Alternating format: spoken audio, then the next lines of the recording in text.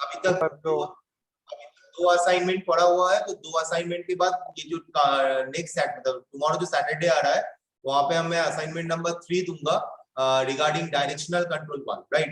DCV के ऊपर पूरा असाइनमेंट रहेगा। ओके, तो वो एनिमेशन बेस्ड हो सकता है, सर्किट बेस्ड हो सकता है। मैं क्वेश्चन अभी तक डिफाइन नहीं किया हूँ, देख लेता हूँ कि किस तरीके का क्वेश्चन, मतलब जिस तरीके का सेमेस्टर में क्वेश्चन आता है उसी बेस में मैं असाइनमेंट का क्वेश्चन प्रिपेयर कर रहा हूँ। कुछ थोड़ा हार्ड होगा, कुछ थोड़ा इजी होगा, बट असाइनमेंट को लेकिन सबमिशन करो। मैं बार बार बोल रहा हूँ क्योंकि कब कब क्या सिचुएशन बदल जा रहा है, कोई भरोसा नहीं हो रहा है ना, कि कब पैंडेमिक की वजह से प्रॉपर फुल लॉकडाउन हो रहा है, कभी भी ओपन कर दे रहा है। तो इसीलिए मैं बार बार बोल रहा हूँ कि असाइनमेंट को आप सबमिशन करो, ताकि वो बेहतर रहे, कि तुम्हारा एक रिकॉर्ड रह जाए।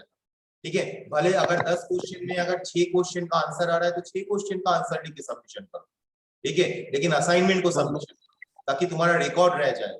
ओके सर, मेरा असाइनमेंट 2 अपलोड नहीं कर पाए थे सर, नहीं हुआ था, फिर कर सकते तो हैं। असाइनमेंट अपलोड नहीं कर पाए थे, लेकिन बहुत सारा स्टूडेंट्स अपलोड कर रहा है, तो थोड़ा सा तुमको यस सर, तो मेरा है ना, मतलब मोडल साइट पहले वाला था सर, तो इसलिए अपलोड नहीं हुआ शायद। अच्छा ठीक है, तो अभी तो नया यूआरएल आ गया है, नया यूआरएल तो तुमको मिल गया होगा मूडल का, मासूम। यस सर, मिल गया। हाँ, तो अभी नया यूआरएल से तो फिर से सबमिशन करना। ओके सर, आज कर देंगे सर। ठीक है, आज कर दो, लेकिन वो ड्यू डेट दिखाएगा, वो तुमको दिखाएगा ड्यू डेट है, ठीक है, बट तुम सबमिशन कर देना। सेंड कर दीजिए बाकी सर। लोगों को भी बोल दे रहा हूँ कि जिन लोग अभी तक असाइनमेंट 2 आईएफपी का असाइनमेंट 2 अगर सबमिशन नहीं किए हो, वो अभी एक बार सबमिशन कर दो। ड्यू डेट दिखाएगा, मैं उसको मैनेज कर लूंगा, लेकिन सबमिशन कर दो, ठीक है। Okay okay sir. Okay, so very good afternoon, everyone, and today we will start the pilot operated pressure relief valve. In yesterday my class, there is a direct acting pressure relief valve. We have studied the construction part. We have seen the construction diagram and working principle. What are the types of pressure relief valve? ये सारा चीज study करवाया गया था, and even उसके साथ साथ जो क्या बोलते हैं, जो सर्किट डायग्राम उसका पिछला क्लास में दिखाया गया था कि हम लोग सर्किट डायग्राम से वर्किंग प्रिंसिपल को कैसे डिफाइन कर सकते हैं। जब नॉन रिटर्न वाल्व का जो क्लास था, एक 2 दिन पहले जो मैंने क्लास करवाया, मंडे को, शायद मंडे या ट्यूसडे को जो मैंने क्लास करवाया था, तो उसमें नॉन सर्किट डायग्राम देके वर्किंग प्रिंसिपल डिफाइन करना सिखाया गया था तुम लोगों को। तो ये सारा जो चीज है, ये सारा चीज बहुत अच्छे से तुम लोगों को समझना भी है और इसको लिखना भी है, क्योंकि ये जो सब्जेक्ट है ये फुल्ली थ्योरी बेस्ड है। लेकिन इसमें जो अगर बोलोगे कि सर इसमें अगर न्यूमेरिकल किसको बोलेंगे, तो इसमें न्यूमेरिकल यही पार्ट है कि सर्किट डायग्राम से अगर तुम वर्किंग प्रिंसिपल को डिफाइन कर सकते हो विद प्रॉपर सिंबल का नाम देके कि ये सिंबल ये है, इस तरीके का पंप है, इस तरीके का प्रेशर रिलीफ वाल्व है, तो ये बहुत अच्छा मार्क्स तुम लोग गेन कर पाओगे, राइट। तो टुडे जो आज का जो क्लास में हम लोग pilot operated pressure relief valve का construction and working principle study करेंगे। Okay, so let's start the class. The pilot operated pressure relief valve. मेरा प्रीवियस जितना लेक्चर हुआ था उस लेक्चर में, या तो मेरा 5 तारीख का जो लेक्चर था उस लेक्चर में हम लोग pressure relief pressure regulating valve को हम लोग क्लासिफिकेशन किए थे, और उसमें जो प्रेशर रिलीफ वाल्व है उस क्लासिफिकेशन का एक क्लासिफिकेशन था प्रेशर रिलीफ वाल्व, जिसको हम लोग 2 पार्ट में डिस्ट्रीब्यूट किए थे। एक है मेरा direct acting pressure relief valve, जो मैं 5 तारीख का लेक्चर में अच्छे से समझा दिया था। वहां पे ड्राइंग, कंस्ट्रक्शन डायग्राम क्या होगा, सर्किट डायग्राम क्या होगा, what are the working principle, what are the functions of the pressure regulating valve, सारा चीज मैं ऑलरेडी डिस्कस कर दिया हूं पिछला क्लास में। आज का जो लेक्चर है, आज का लेक्चर में हम लोग स्टडी करेंगे pilot operated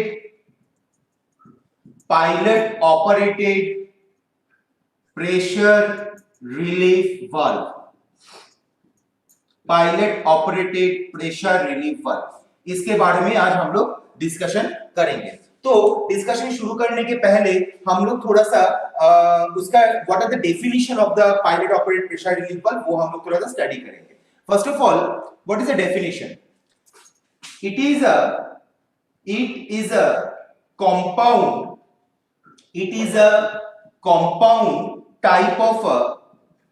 compound type of pressure relief valve, compound type of pressure relief valve or pressure regulating valve used to limit the pressure used to limit the pressure, used to limit the pressure or to prevent over pressurization, or to prevent over pressurization, pressurization. तो what is the definition? Definition क्या बोला जा रहा है कि ये compound type का pressure relief valve है। जैसे डायरेक्ट एक्टिंग वाल्व के टाइम पे हम लोग देखे थे कि वो डायरेक्ट एक्टिंग वाल्व एक सिंपल टाइप कंस्ट्रक्शन वाल्व था, सिंपल कंस्ट्रक्शन वाल्व था।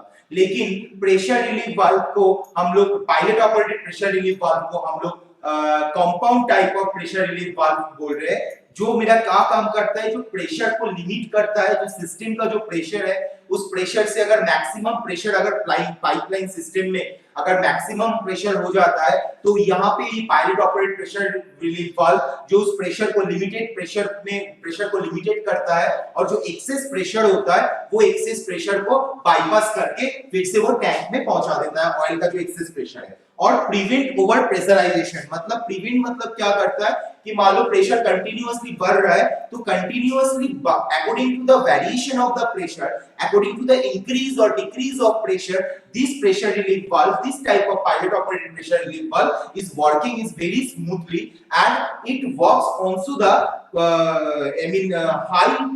high pressure or high flow rate, means large pressure और large flow rate के लिए हम लोग ये pilot operated pressure relief valve use करते हैं। एक्चुअली जो प्रेशर रिलीफ वाल्व का direct acting pressure relief valve था, ये वाला पार्ट को अगर हम लोग ये वाला पार्ट को अगर हम लोग यहाँ पे ढक देते हैं तो ये वाला पार्ट को छोड़कर जो नीचे वाला पार्ट है वो नीचे वाला part same just like a direct acting pressure relief valve था।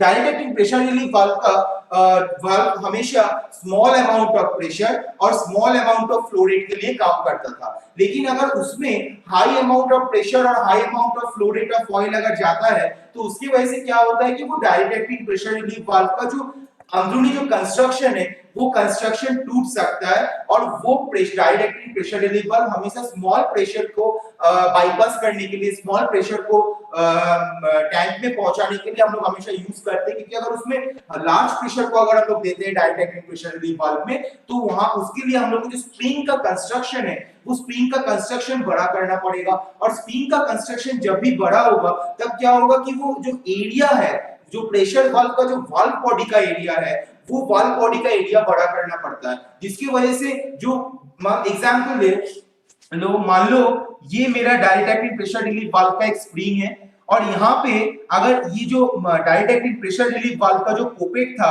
वो पोपेट का काम क्या है, वो पोपेट मान लो 7 बार प्रेशर में ओपन होता है, ठीक है। लाइन का जो प्रेशर है वो लाइन का प्रेशर मैक्सिमम 7 बार और ये मेरा मान लो 7.1 बार प्रेशर में ये डायरेक्ट एक्टिंग, ये मेरा direct acting DAPRV direct acting pressure relief valve 7.1 बार में ये क्रैकिंग प्रेशर है ये ओपन होता है। लेकिन अगर ये लाइन सिस्टम में 50 बार प्रेशर है और 50 बार प्रेशर अगर होगा 7 बार, इसका 7 बार के ऊपर ही जब हो जाएगा तब यहाँ पे ये स्प्रिंग कंप्रेस्ड होगा और ये यहाँ का जो एक्सेस अमाउंट ऑफ फ्लूइड वो जाके टैंक में रिटर्न हो जाएगा। लेकिन जब भी अगर मान लो किसी भी हालत में अगर लाइन सिस्टम में 50 बार हो गया तो फिर क्या होगा, तो फिर स्प्रिंग तुरंत कंप्रेस्ड हो जाएगा, सडन कंप्रेस्ड हो जाएगा। जब भी सडन कंप्रेस्ड होगा यहाँ पे ये स्प्रिंग का जॉइंट में वो स्प्रिंग टूट भी सकता है क्योंकि ये हेवी अमाउंट ऑफ प्रेशर है, ये हेवी अमाउंट ऑफ प्रेशर की वजह से ये स्प्रिंग टूट सकता था। तो इसीलिए ये जब भी लार्ज प्रेशर के लिए हम लोग कंसीडर करते हैं तो हम लोग यहाँ पे pilot operated pressure relief valve use करते हैं। Pilot operated pressure relief valve का कंस्ट्रक्शन में अगर हम लोग थोड़ा ध्यान देंगे, मतलब वर्किंग जो कंस्ट्रक्शन डायग्राम में यहाँ पे क्या है, ये वाला पार्ट छोड़ के जो नीचे वाला पार्ट है, ये नीचे वाला part purely direct acting pressure relief valve के जैसा है। लेकिन लार्ज प्रेशर के लिए हम लोग pilot operated pressure relief valve को यूज करते हैं। तो यहाँ पे एक pipeline, pump line pressure system यहाँ पे दिया गया है। इसका मतलब है यहाँ पे पाइपलाइन है, एग्जांपल लेते हैं, यहाँ पे मेरा पाइपलाइन है, यहाँ पे मेरा पंप है, यहाँ से मेरा मोटर कनेक्ट है, यहाँ पे मेरा मोटर कनेक्ट है, ये मेरा पंप है, यहाँ पे मेरा प्रेशर रिलीफ, यहाँ से मेरा फ्लूइड कंटिन्यूअसली पास कर रहा है, इधर मेरा हाइड्रोलिक टैंक है, या तो मान लो ये मेरा टैंक रिटर्न जो है यहाँ पे डायरेक्ट जाके ये टैंक में आ रहा है, ठीक है। यहाँ पे मेरा डायरेक्शनल कंट्रोल वाल्व यूज किया गया है और यहाँ पे मेरा एक्चुएटर है।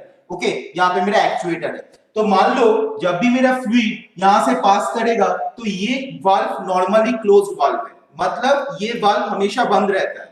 जब ये प्रेशर लिमिटेड प्रेशर या तो प्रीसेट प्रेशर से मेरा ज्यादा हो जाता है उस टाइम ये पंप मेरा ओपन होता है। कंस्ट्रक्शन डायग्राम में यहाँ पे एक पंप लाइन प्रेशर जो मेरा इनलेट फ्लूइड इनलेट होने का जगह दिया गया है, ये मेरा मेन पॉपेट है, मेन पॉपेट है, main poppet. Okay, this is my main poppet जो बीच में है, ये वाला पोर्शन मेरा मेन पॉपेट है। लेकिन ये पॉपेट का जो कंस्ट्रक्शन है, ये पॉपेट का कंस्ट्रक्शन में बीच में एक छोटा सा ऑरिफाइस, ऑरिफाइस मतलब क्या है, ऑरिफाइस मतलब एक होल टाइप का है, राइट। यहाँ पे एक होल है और यहाँ पे एक होल है और वो दोनों होल एक पैसेज के द्वारा कनेक्टेड है, वो दोनों होल एक पैसेज के द्वारा कनेक्टेड है, ठीक है। तो ये बेसिकली इसका फ्रंट व्यू है, इसीलिए हम लोगों को लग रहा है कि ये किस तरीके से बना हुआ है। लेकिन अगर उसको हम लोग टॉप व्यू देखेंगे तो यहां पे एक पैसेज बनाया गया है और यहां पे एक पैसेज बनाया गया है जिससे मेरा फ्लूइड अगर इस पंप लाइन से पंप लाइन प्रेशर या पाइपलाइन का जो प्रेशर से अगर फ्लूइड अगर प्रेशर अगर ज्यादा हो जाएगा तो फ्लूइड अगर यहाँ पे एंट्री करेगा तो वो यहां से इस ऑरिफिस के द्वारा ऊपर तक जा सकता है। तो ये पॉपेट का स्ट्रक्चर है कि एक ये पॉपेट है, इस पॉपेट के अंदर एक ऑरिफिस बना हुआ है, ठीक है। ये मेरा मेन स्प्रिंग है, मेन स्प्रिंग, राइट। ये है मेरा एडजस्टिंग नॉब जिसके द्वारा हम लोग pilot operated pressure relief valve का जो प्रीसेट प्रेशर हम लोग सेट कर सकते हैं। ये मेरा एडजस्टमेंट नॉब है जिसके द्वारा हम लोग इस वाल्व के अंदर एक प्रीसेट प्रेशर हम लोग सेट कर सकते हैं, ठीक है।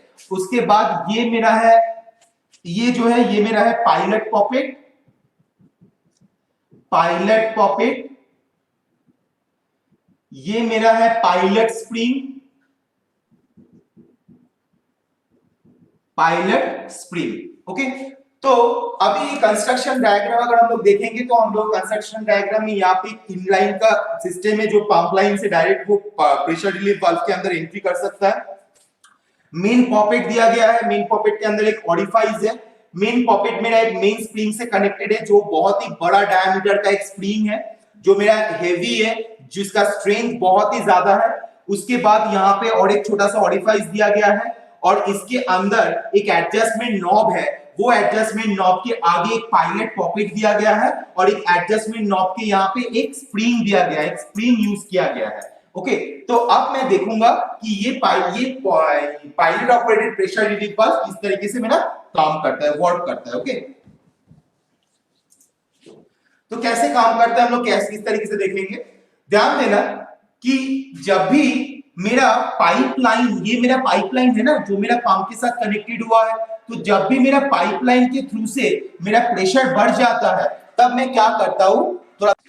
तो मान लो पंप मोटर स्टार्ट हुआ, मोटर स्टार्ट होने की वजह से पंप ऑन हुआ, पंप ऑन होने की वजह से वो हाइड्रोलिक चेंबर से यहाँ पे वैक्यूम होने की वजह से फ्लूइड जाके पंप के थ्रू से पावर गेन किया और इस पाइपलाइन के थ्रू से वो जाके डायरेक्शनल कंट्रोल वाल्व और मेरा एक्चुएटर में जा रहा है। As it is a normally closed valve है तो नॉर्मल प्रेशर में ये पाइपलाइन, ये प्रेशर रिलीफ वाल्व हमेशा क्लोज रहेगा। मान लेते हैं ये पाइपलाइन में मैक्सिमम 50 बार में काम होता है, ठीक है। ये मेरा मैक्सिमम प्रेशर है पाइपलाइन सिस्टम का, 50 बार में मेरा काम हो रहा है। मान लेते हैं अचानक से ये 50 बार प्रेशर पंप से निकालने के बाद 50.1 या 50.2 बार मेरा हो गया है। तो ये 0.12 बार के लिए ज्यादा हो गया, ये मेरा 50 बार है। यहाँ पे मैं एडजस्टमेंट नॉब के थ्रू से इस प्रेशर रिलीफ वाल्व में इस तरीके से प्रेशर सेट किया हो कि 50 बार से जब भी फ्लूइड का प्रेशर ज्यादा हो जाता है तो ये सर्टेन अमाउंट ऑफ फ्लूइड इसके अंदर एंट्री करेगा।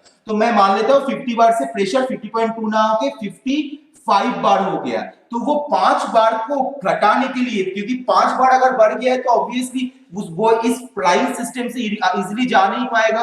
ऑब्वियसली पाइपलाइन के जो इंटरनल सर्कमफरेंशियल एरिया है, पाइप का जो इंटरनल सर्कमफरेंशियल एरिया है, उस इंटरनल सर्कमफरेंशियल एरिया के ऊपर एक प्रेशर क्रिएट करेगा। तो इस प्रेशर क्रिएट करने की वजह से जो पंप का जो प्रेशर है, वो प्रेशर मेरा यूटिलाइज, वो पंप का जो मटेरियल है, पाइप का जो मटेरियल है, वो मटेरियल मेरा टूट सकता है। तो इसके लिए क्या होता है कि यहाँ पे हम लोग प्रीसेट प्रेशर सेट करते हैं कि 50 बार के ऊपर ही जब प्रेशर होगा वो फ्लूइड मेरा इस प्रेशर रिलीफ वाल्व के अंदर एंट्री कर जाएगा। तो जब भी यहाँ पे प्रेशर फ्लूइड एंट्री करेगा, एंट्री करने के बाद यहाँ पे देखो पहले ये पॉकेट में वो स्ट्राइक करेगा फ्लूइड, ये जो पॉकेट है इस पॉकेट में फ्लूइड स्ट्राइक करेगा, पॉकेट में फ्लूइड स्ट्राइक करेगा, लेकिन यहाँ पे एक छोटा सा ऑरिफाइस लाइन दिया गया है, देखो ध्यान से, यहाँ पे एक छोटा सा ऑरिफाइस लाइन दिया गया है। तो इस ऑरिफाइस से फ्लूइड वो ऑरिफाइस से मेरा फ्लूइड मेरा एंट्री करेगा, ठीक है।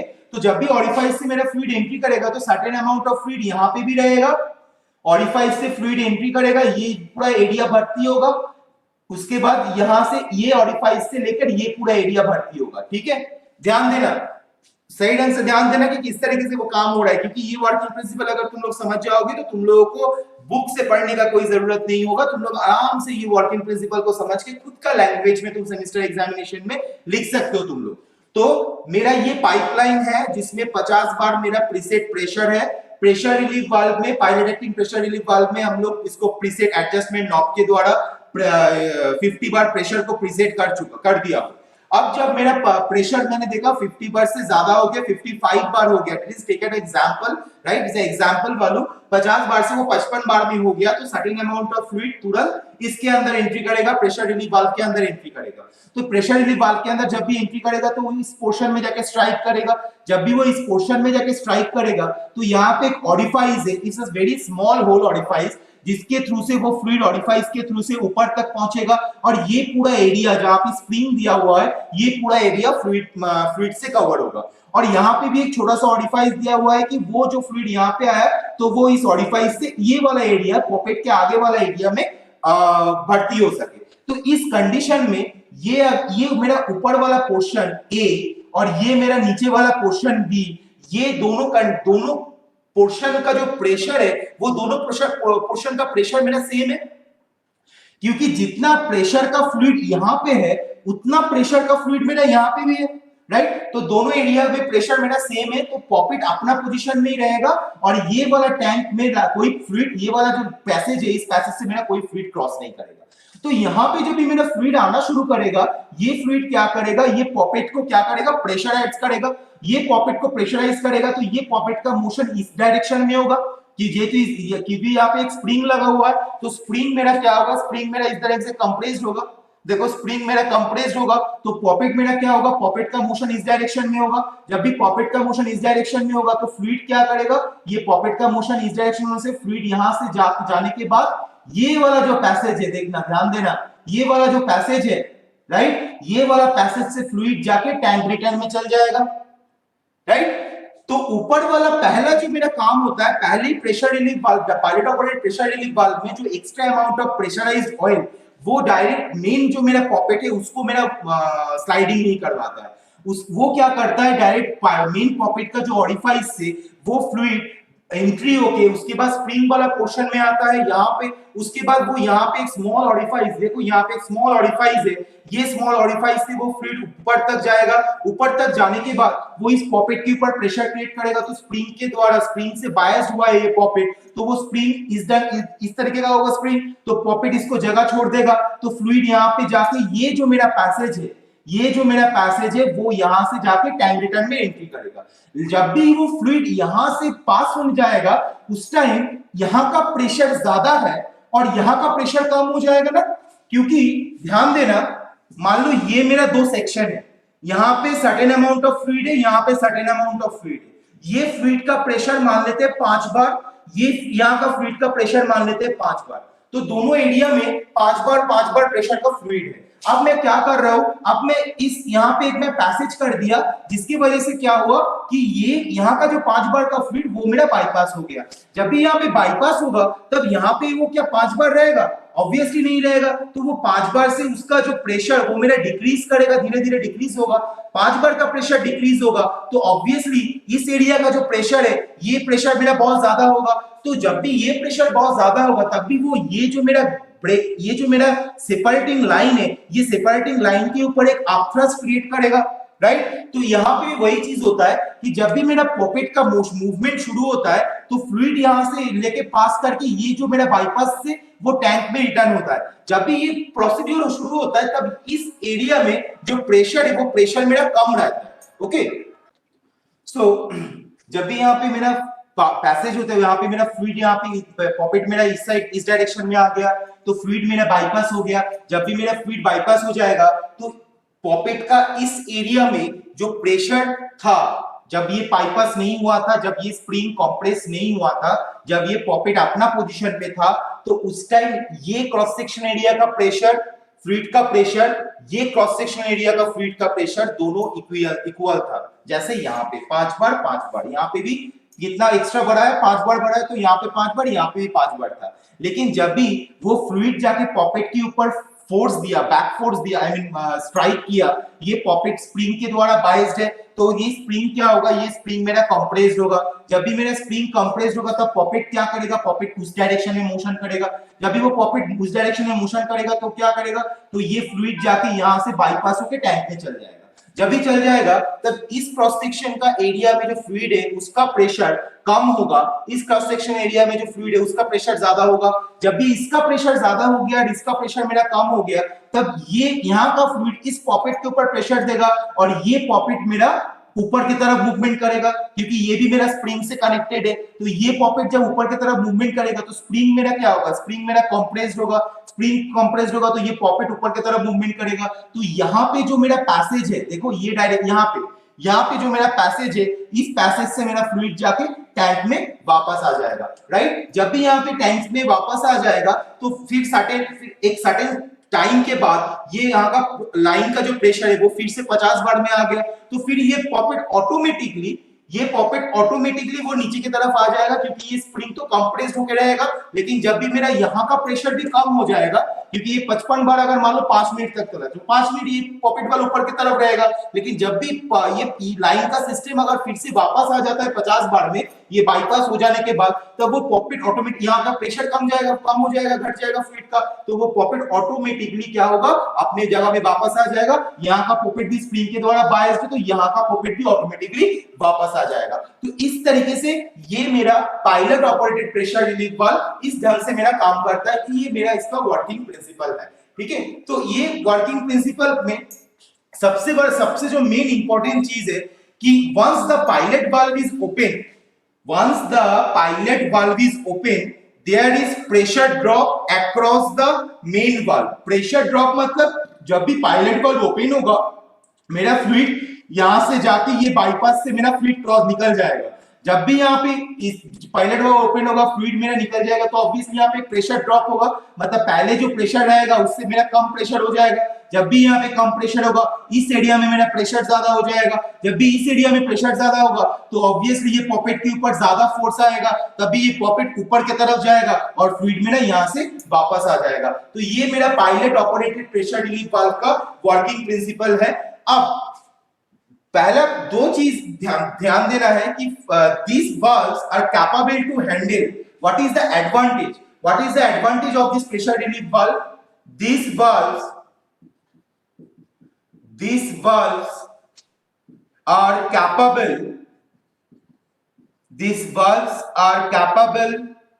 to handle higher pressure and flow. Capable to handle higher pressure and higher flow rate.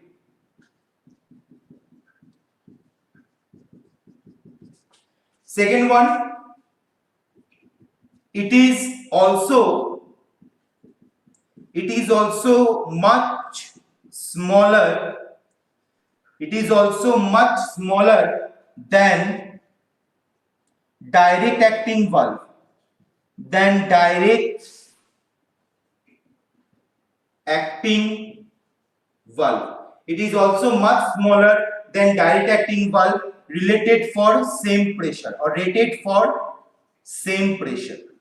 Rated for same pressure मतलब सेम प्रेशर के लिए डायरेक्ट एक्टिंग वाल्व का जो साइज होना चाहिए उससे बहुत ही स्मॉल साइज में ये pilot operated pressure relief valve काम करता है। और यहाँ पे इसको हम लोग हमेशा टू वे या टू वे या two stroke pressure relief pilot operated two stage pressure pilot operated pressure relief valve बोलते हैं, क्योंकि यहाँ पे इसका एक स्टेज है और यहाँ पे इसका एक स्टेज है, तो ये दोनों स्टेज इस pilot operated pressure relief valve में रहता है, इसलिए हम लोग इसको हमेशा two stage pilot operated pressure relief valve बोलते हैं। इसका जो सर्किट डायग्राम है, ये circuit diagram properly direct acting pressure valve के सर्किट डायग्राम है, सेम लाइक दैट।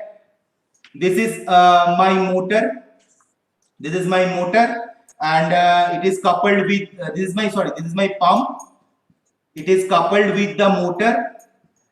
पंप से डायरेक्ट फ्लूइड अपना एक्चुएटर में जो सिस्टम में जाता है, लेकिन अगर मेरा प्रेशर बढ़ जाता है तो ये इसका डायग्राम P2T, ओके, ये इसका डायग्राम P2T, यहाँ पे इसका स्प्रिंग लगा हुआ है, राइट। तो ये इसका circuit diagram, two stage pilot operated pressure relief valve का सर्किट डायग्राम ये है। Direct acting pressure relief valve का भी सर्किट डायग्राम ये था, इसीलिए दोनों का सर्किट डायग्राम एक ही, क्योंकि वर्किंग प्रिंसिपल इसका सेम है। सिर्फ direct acting pressure relief valve में हम लोग ये वाला पोर्शन को अगर छोड़ देंगे तो नीचे वाला portion direct acting pressure relief valve जैसा काम करता है, but acting for the small pressure and small flow rate. But ये वाला चीज को अगर हम लोग यूज करेंगे तो ये मेरा pilot operated pressure relief valve है, जिसमें टू स्टेज है, एक यहाँ पे दो स्टेज है, और ये हायर फ्लो रेट और हायर प्रेशर के लिए ये एप्लीकेबल होता है। So now I think तुम लोगों को समझ में आ गया होगा ये pilot operated pressure relief valve का working principle and construction. So now I am concluding my class.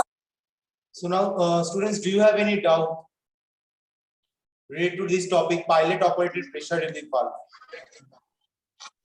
Yes sir. Yes sir. Okay, मोहित पहले पूछो। सर एडजस्टमेंट स्क्रू जो है सर नॉब, तो उसको जैसे हम क्लॉकवाइज डायरेक्शन में घुमाएंगे तो क्या प्रेशर का जो वो जो मेंटेन करेगा वो घटेगा या फिर बढ़ेगा सर? एक्चुअली इसका मैं एक चीज दिखा रहा हूँ तुम लोगों को। एक देखो डायग्राम तो उतना परफेक्ट मैं यहाँ पे नहीं दिखा पाऊंगा, बेटर होगा हम यहाँ पे दिखा दे। एक सेकेंड।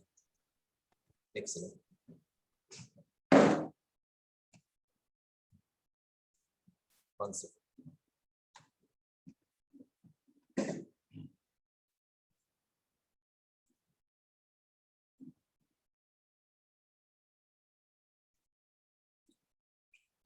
दिखाई दे रहा है white board? Yes sir. Actually क्या है कि मैं दो सेक्शन के बारे में बात करता हूँ, ठीक है। फर्स्ट ऑफ ऑल यहाँ पे एक सेक्शन है जिस सेक्शन में मेरा एक यहाँ पे स्प्रिंग लगा हुआ है, यहाँ पे एक पोपेट लगा हुआ है और यहाँ पे एक ऑरिफाइस, ठीक है। थोड़ा बड़ा करना पड़ेगा ड्राइंग को। यहाँ पे एक ऑरिफाइस मीटर है, ये जो मैं दो लाइन ड्रॉ कर रहा हूँ ये मेरा ऑरिफाइस मीटर है। यहाँ पे स्प्रिंग लगा हुआ है और यहाँ से टैंक पोर्ट में जाने का रास्ता। एक्चुअली क्या है कि फर्स्ट ऑफ ऑल दो टाइप का जो वाल्व है ना, direct acting pressure relief valve और pilot operated pressure relief valve. Basically it's just like a direct acting pressure relief and pilot operated pressure relief. हम लोग एक सिंपल सी चीज सोचो, ये हमेशा स्मॉल प्रेशर में काम करता है, ये हमेशा लार्ज प्रेशर में काम करता है, क्योंकि इसका जो कंस्ट्रक्शन है वो थोड़ा सा कॉम्प्लेक्सिव है और इसका जो कंस्ट्रक्शन है वो थोड़ा सा सिंपल कंस्ट्रक्शन है। ये सिंपल कंस्ट्रक्शन है, ये कंस्ट्रक्शन इसका जो है वो थोड़ा सा कॉम्प्लेक्स कंस्ट्रक्शन, ठीक है। यहाँ पे क्या है कि मान के चलो मेरा जो हाइड्रोलिक सिस्टम है, इस हाइड्रोलिक सिस्टम में जो पाइपलाइन का प्रेशर है, वो पाइपलाइन का प्रेशर में जो ऑयल जा रहा है पंप से, जो ऑयल कंप्रेस होके जा रहा है, तो वो 50 बार प्रेशर मेंटेन करते हुए जा रहा है। This is the preset pressure. यहाँ पे जो एडजस्टमेंट स्क्रू है with attachment with the poppet, यहाँ पे जो एडजस्टमेंट स्क्रू है with attachment with the poppet, right, तो ये 50 बार जो प्रेशर है ये प्रीसेट प्रेशर है। अब इनकेस कभी 50 बार से वो 51 बार हो गया तो फ्लूइड क्या करेगा, फ्लूइड ये ऑडिफाइस से, नहीं तो अगर 50 बार जब रहेगा तब फ्लूइड कंटिन्यूअसली इससे प्रेशर कंटिन्यूअसली इससे निकल जाएगा और पायलट ऑपरेटेड ये प्रेशर रिलीफ वाल्व जो यहाँ पे अटैचमेंट है ये फ्लूइड इसके अंदर एंट्री नहीं करेगा। जब भी 52 बार हो जाए, 51 बार हो जाएगा, 1 बार का जो फ्लूइड है वो फ्लूइड क्या करेगा, इस ऑडिफाइस से एंट्री होगा, यहाँ पे भर्ती होगा, यहाँ पे भी एक छोटा सा ऑडिफाइस है, यहाँ से जाके इस पोर्शन में एंट्री करेगा। जब भी इस पोर्शन में एंट्री करेगा वो क्या करेगा, एक बैक थ्रस्ट क्रिएट करेगा जिसकी वजह से ये जो नॉब है ये नॉब क्या होगा, पीछे की तरफ जाएगा, इस डायरेक्शन में जाएगा और जब जाएगा तब यहाँ से वो फ्लूइड क्या करेगा, डायरेक्ट टैंक को ले जाके वापस आएगा। ये 50 बार मतलब 50 बार से थोड़ा सा अमाउंट ऑफ प्रेशर अगर बढ़ेगा तो जो फ्लूइड क्या करेगा, ये वाला रास्ता फॉलो करेगा।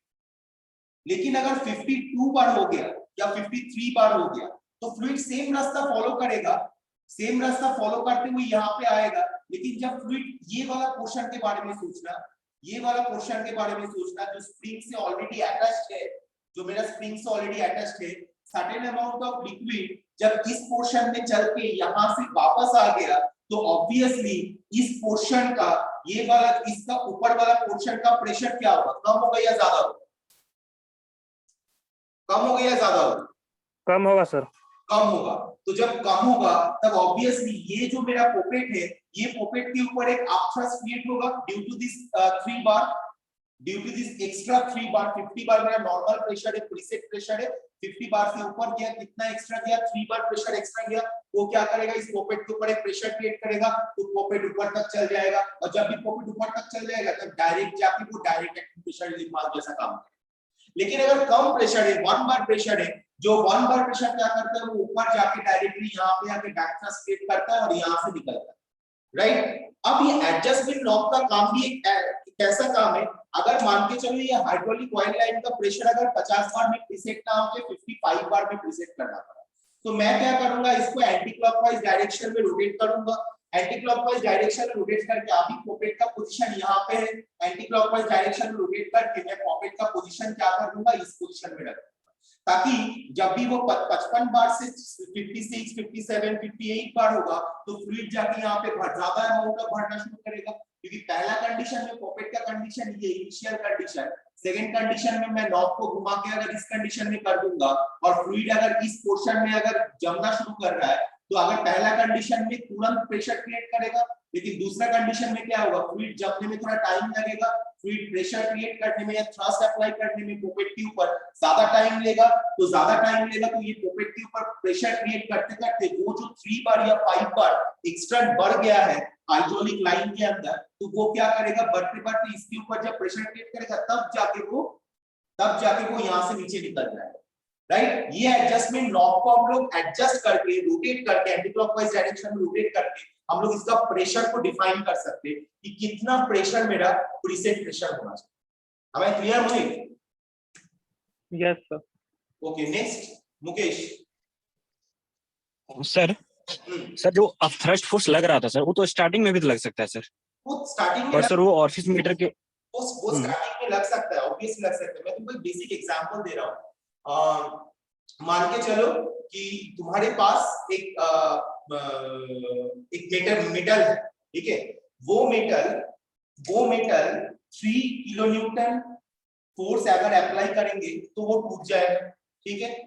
लेकिन मैं मेटल के साथ सर्टेन अमाउंट ऑफ एलॉयज और कुछ यूज किया, जिसके वजह से एलॉय यूज करके उस मेटल को और या हीट ट्रीटमेंट करके मेटल का स्टैमिना और थोड़ा बढ़ा के 4 किलोन्यूटन में कन्वर्ट कर दिया कि 4 किलोन्यूटन फोर्स अगर अप्लाई होगा तो वो मेटल टूट जाएगा, ठीक है। तो ये जो 3 किलोन्यूटन है ये एडजस्टमेंट नॉब का पहला पोजीशन के लिए है। फिर एडजस्टमेंट नॉब को अगर घुमा दूंगा, क्योंकि वॉल्यूम अगर यहाँ इस पोर्शन में अगर मैं वॉल्यूम को बढ़ा दूंगा तो ये मेरा 4 किलोन्यूटन प्रेशर को 4 किलोन्यूटन फोर्स में मेरा मेटल टूट जाएगा। ठीक उसी तरीके से पहला कंडीशन में भी फ्लूइड यहाँ से जाएगा, यहाँ पे एंट्री करेगा, पॉकेट के ऊपर प्रेशर क्रिएट करेगा और यहाँ से वापस जाएगा। जब भी वापस जाएगा यहाँ पे एक क्या बोलते हैं कम प्रेशर जोन क्रिएट होगा, लो प्रेशर जोन क्रिएट होगा, जिसकी वजह से यहाँ का हाई प्रेशर जोन की वजह से ये वाला जो पॉकेट है ऊपर की तरफ चल जाएगा और ये फ्लूइड डायरेक्ट चल जाएगा, मतलब तुरंत रिलीज हो जाएगा। लेकिन जब तक तुरंत रिलीज नहीं हो रहा है तब तक धीरे धीरे ऑरिफाइस मीटर के थ्रू से ये वाला एरिया कवर करते हुए यहाँ पे आता है, पोपेट के ऊपर फोर्स करता है, उसके बाद धीरे धीरे यहाँ पे जाता है। जब भी यहाँ से जाना शुरू हो जाता है तब भी यहाँ पे लो प्रेशर जोन क्रिएट होता है, पोपेट ऊपर की तरफ जाता है और फ्लूइड मेरा डायरेक्ट टैंक में वापस चल जाता है। सर यहाँ पे आप थ्रस्ट फोर्स इसलिए लग रहा है क्योंकि यहाँ पे एक्स्ट्रा कुछ प्रेशर हो जा रहा है, जैसे यहाँ पे एग्जांपल दिए 3 बार।